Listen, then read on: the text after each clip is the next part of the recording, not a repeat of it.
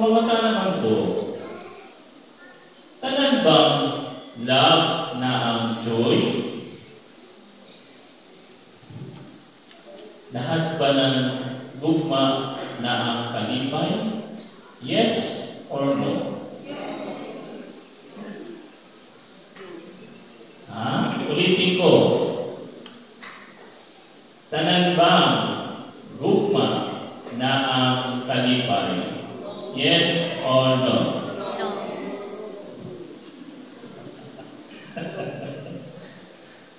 Sabi dun sa isang kanta, subukan mo magmahal o giliw ko, kakaibang ligayang matatamo. So, unsa man, tanang gugma na ang kalipay o yes or no? Sino nagsabing yes? Taas ang kamot. O, di ba? Isa si brother lang. Isa nagsabing no. Taas ang kamot.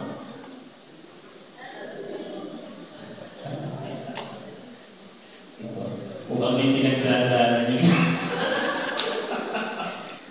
May pinagdadaan. So, sabi nga, ni Father Jerry Orcos, kung may pinagdadaan ka, daanan mo lang.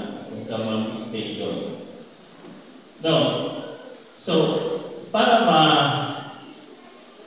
kasabot kita sa man, why yes and why no? Sa totoo lang, parehas, both yes and both no. Ano man? Kasi, ang gugma, nagiging yes na ang kalipay. Pero, ano bang ibig sabihin ng kalipay?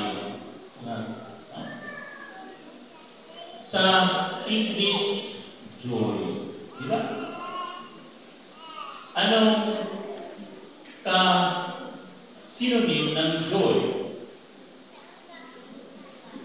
Hindi surf. Hindi Ariel. Anong synonym ng joy sa mga estudyante natin dito?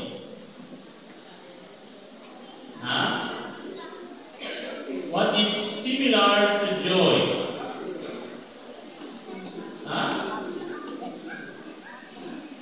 Happiness.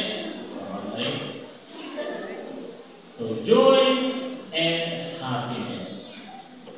Pero, nga naman, sa atong ebanghelyo, ang ginamit kalipay, joy, instead na happiness. Diba? Or, sa Tagalog pa,